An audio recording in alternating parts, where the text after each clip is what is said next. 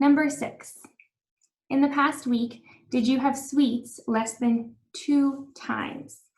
So sweets are considered to be things you would think of, like cakes, cookies, pies, pastries, granola bars, sugary breakfast cereal, chocolate, ice cream, but also includes things like syrup, honey, jam, Nutella, ketchup, and barbecue sauce.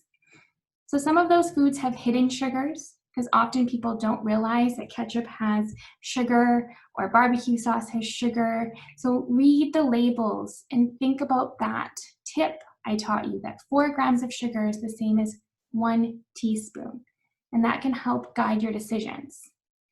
The sugar from these foods would be considered within your 40 grams of added sugar a day, and they can add up quickly. So keep reading the label.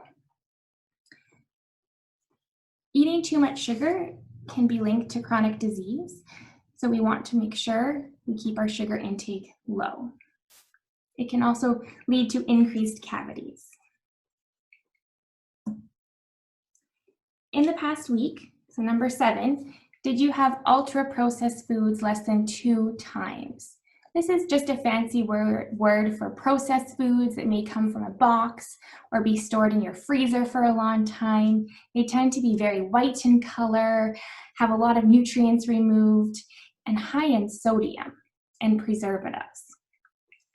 So a lot of the processing has removed the vitamins, the minerals, and only left calories. There's lots of salt in them. Too much salt is hard on our kidneys and will lead to elevated blood pressure levels. If you have high blood pressure, reducing your sodium intake is important.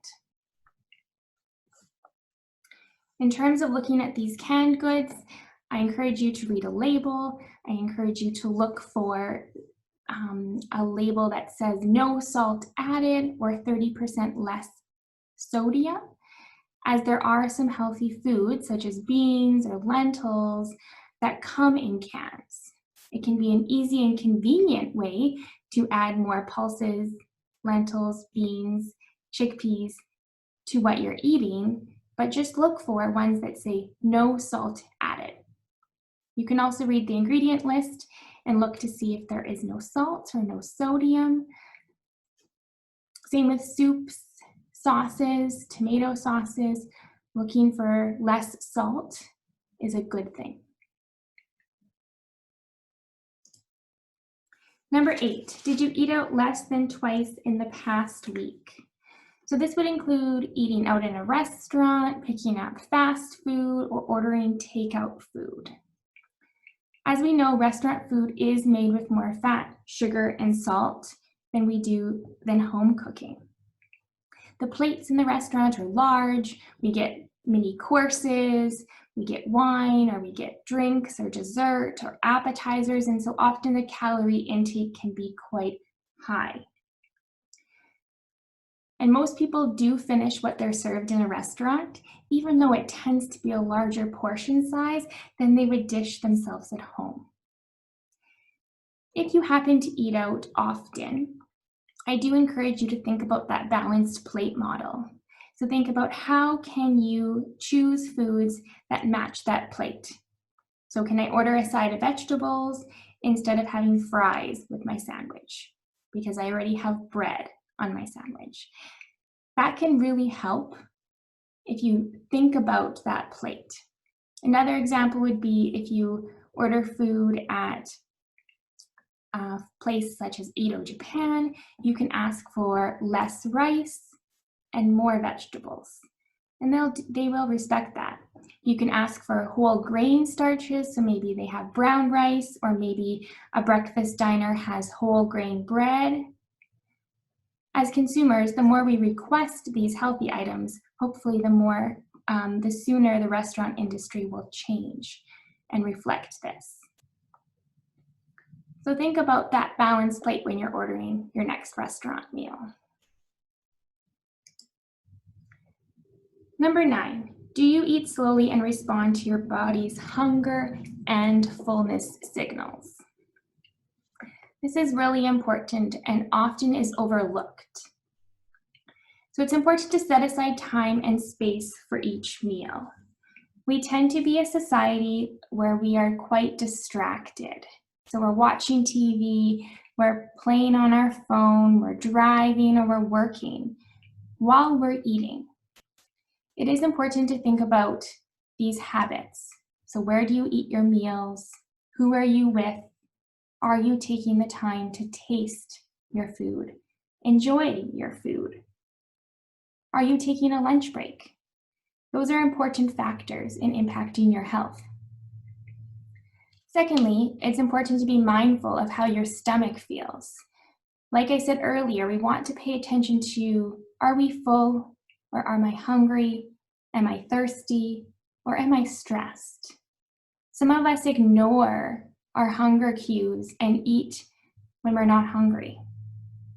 The research shows that by age 6, kids can overeat based on peer pressure. So we do want to think about going back to being as a young child when we're in tune with our eating and hunger signals and eat only when we're actually hungry. This is something that can be relearned. Thirdly, think about waiting to go back before seconds. So some of you may be fast eaters. I wanted to let you know that, first of all, think about how long does it take for our stomach to tell our brain that we're full? So the answer is about 20 minutes. It takes 20 minutes for our stomach to tell our brain that we're full. If we eat our meal so fast that we're done within 5 minutes, we'll go back for seconds and we'll often push ourselves into overfullness or feeling stuffed or sick. We want to prevent this. The hunger scale can help us with all of this. So you can see this hunger scale here is a range from 0 to 10. The goal is for you to stay within that green zone, so between a 3 and a 7 throughout your day. The left-hand side, 0 is when your stomach feels empty. 1 is where you feel ravenous, and 2 is where you feel overhungry. I don't know about you, but I tend to feel ravenous about 4 o'clock after work, and I'll get home and I'll look for anything in the cupboard I can find to eat quickly. The goal would be to change that and to actually grab a snack when we're about a 3. So when we're starting to feel some hunger. So that might be about 2:30, 3 o'clock in my afternoon. I might need to pack myself a snack for my drive home, my bus ride home, so then I don't get home being ravenous and eating enough snacks that I'm no longer hungry for supper. On the opposite end of the scale, we want to stop eating about a 6 or 7. So when we feel just satisfied with how much we've eaten or completely satisfied. If we stop eating by the time we feel full, we push ourselves to feeling stuffed or sick. Again, you want to be somewhere between a 3 and a 7. That's where you make the best healthy choices.